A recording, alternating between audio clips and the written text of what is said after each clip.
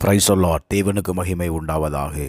ஆண்டவரும் இரட்சகருமாய் இருக்கிற இயேசு கிறிஸ்துவின் நாமத்தினாலே இந்த கால வேளையில் உங்கள் யாவரையும் நான் வாழ்த்துகிறேன். இந்த நாளுக்கான தேவனுடைய வார்த்தை ஏசாயா எழுதின தீர்க்கதரிசன புஸ்தகம் 66வது அதிகாரம் அதனுடைய 5வது வசனம். கர்த்தருடைய வசனத்திற்கு நடுங்குகிறவர்களே, அவருடைய வார்த்தையை கேளுங்கள். என் நாமத்து நிமித்தம் உங்களை பகைத்து உங்களை அப்புறப்படுத்துகிற உங்கள் சகோதரர் கர்த்தர் மகிமைப்படுவாராக என்கிறார்களே, அவர் உங்களுக்கு சந்தோஷம் உண்டாகும்படி காணப்படுவார், அவர்களோ வெட்கப்படுவார்கள். என கண்பாடுவர்களே, இந்த கால வேளையில் கர்த்தருடைய ஆவியானவர் நம்மளோடு கூட சொல்லுகிற வார்த்தை என்ன தெரியுமா? அவர் உங்களுக்கு சந்தோஷம் உண்டாகும்படி காணப்படுவார். Glory to God. அவர்களோ வெட்கப்படுவார். யாருக்கு கர்த்தர் சந்தோஷத்தை உண்டாக்குவார்?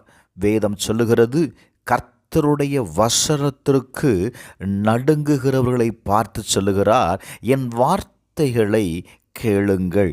நீதிமொழிகள் 13வது அதிகாரம் 13வது வசனத்தை வாசிக்கும்போது, திருவசனத்தை அவமதிக்கிறவன் நாசமடைவான், கற்பனைக்கு பயப்படுகிறவனோ பலனடைவான் என்று எழுதப்பட்டிருக்கிறது.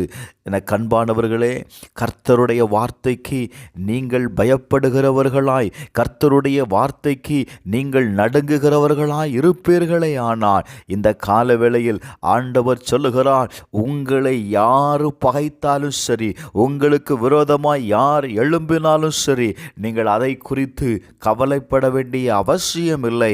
ஏன் தெரியுமா? கர்த்தர் சொல்லுகிறார், நான் உங்களுக்கு சந்தோஷம் உண்டாகும்படி நான் காணப்படுவேன் என்று சொல்லுகிறார். என கண்பானவர்களே, கர்த்தருடைய வார்த்தையை கவனியுங்கள். கர்த்தருடைய வார்த்தைக்கு ஒரு மனிதன் தன்னை ஒப்பு கொடுக்கும் பொழுது, இன்றைக்கு அநேக நேரங்களில் கர்த்தருடைய வார்த்தையை நாம் கேட்கிறோம், ஆனால் கர்த்தருடைய வார்த்தைக்கு நாம் கவனிப்பது இல்லை. கர்த்தருடைய வார்த்தைக்கு நாம் பயப்படுகிறது இல்லை. தேவன் என்னை காண்கிறார் என்கிற அறிவு சில நேரத்தில் நமக்கு இல்லாமல் போகிறது. என்னை கேட்கிற எனக்கு அருமையான தேவனுடைய ஜனமே, உங்களை பகைக்கிறவர்களை குறித்து நீங்கள் கவலைப்படாதீர்கள். இன்றைக்கு நாம் அநேக நேரத்தில் நம்மளை பகைக்கிறவர்கள் எப்படிப்பட்டவர்களாக இருக்கிறார்கள்? நாம் அவர்களுக்கு நன்மை செய்கிறோம், ஆனால் நாம் செய்கிற நன்மைக்கு மாறாக அவர்கள் நம்ம என்ன செய்கிறார்கள்? பகைக்கிறார்கள். Glory to God. நல்ல கவனிங்க. தாவீது தன்னுடைய வாழ்க்கையில் சொல்லும்போது, நான் நன்மையை பின்பற்றுகிறபடியால் நன்மைக்கு தீமை செய்கிறவர்கள் என்னை விரோதிக்கிறார்கள். நாம் தீமையை பின்பற்றக்கூடியவர்கள் அல்ல, நாம் நன்மையை பின்பற்றுகிறோம். ஆனால் நன்மைக்கு தீமை செய்கிறவர்கள் என்னை என்ன செய்கிறார்கள்? விரோதிக்கிறார்கள் என்று சொல்லுகிறான். என கண்பானவர்களே, நன்மைக்கு தீமை செய்கிறவர்கள் நடுவில் நாம் வாசம் பண்ணுகிறோம். இன்றைக்கு ஒரு காரியத்தை புரிந்து கொள்ளுங்கள். நீங்கள் தேவனுடைய வசனத்தை நீங்கள் கேட்டு தேவனுடைய வார்த்தையின் நிமித்தம் நீங்கள் செயல்பட ஆரம்பிப்பீர்களே ஆனால், வேதம் சொல்லுகிறது, உங்கள் சகோதரர், உங்களை பயப்படுத்துகிறவர்கள், உங்களை வெட்கப்படுத்துகிறவர்கள், உங்களுடைய நன்மைக்கு பதிலாக தீமையை செய்கிறவர்கள், அவர்கள் என்ன செய்வாங்க தெரியுமா? கர்த்தர் உங்களுக்குள்ள இருந்து மகிமைப்படுவதை அவர்கள் காண்பார்கள். ஹல்லேலூயா.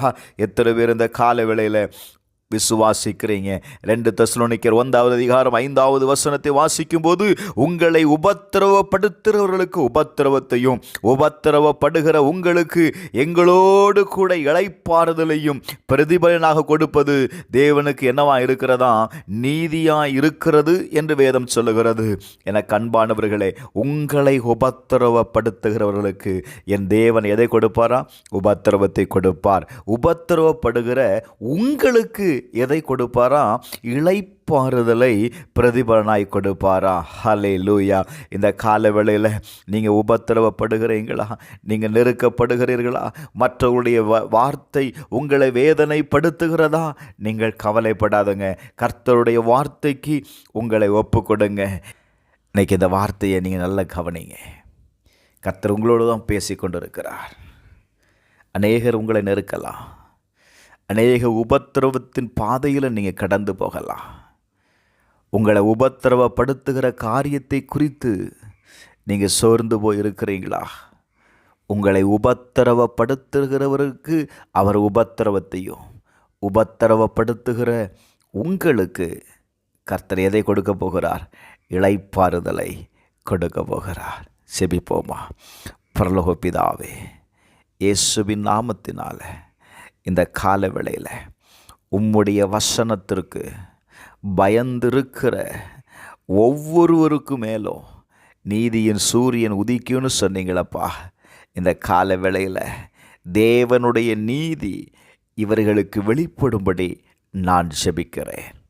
பிதாவே, இயேசுவின் நாமத்தினால இந்த கால வேளையில் உம்மை நோக்கி பார்க்கிற ஒவ்வொருவருடைய வாழ்க்கையிலும் சந்தோஷம் உண்டாகும்படி, ஆண்டவரே, சந்தோஷம் உண்டாகும்படி அவர் காணப்படுவார் என்று எழுதப்பட்டிருக்கிறதப்பா.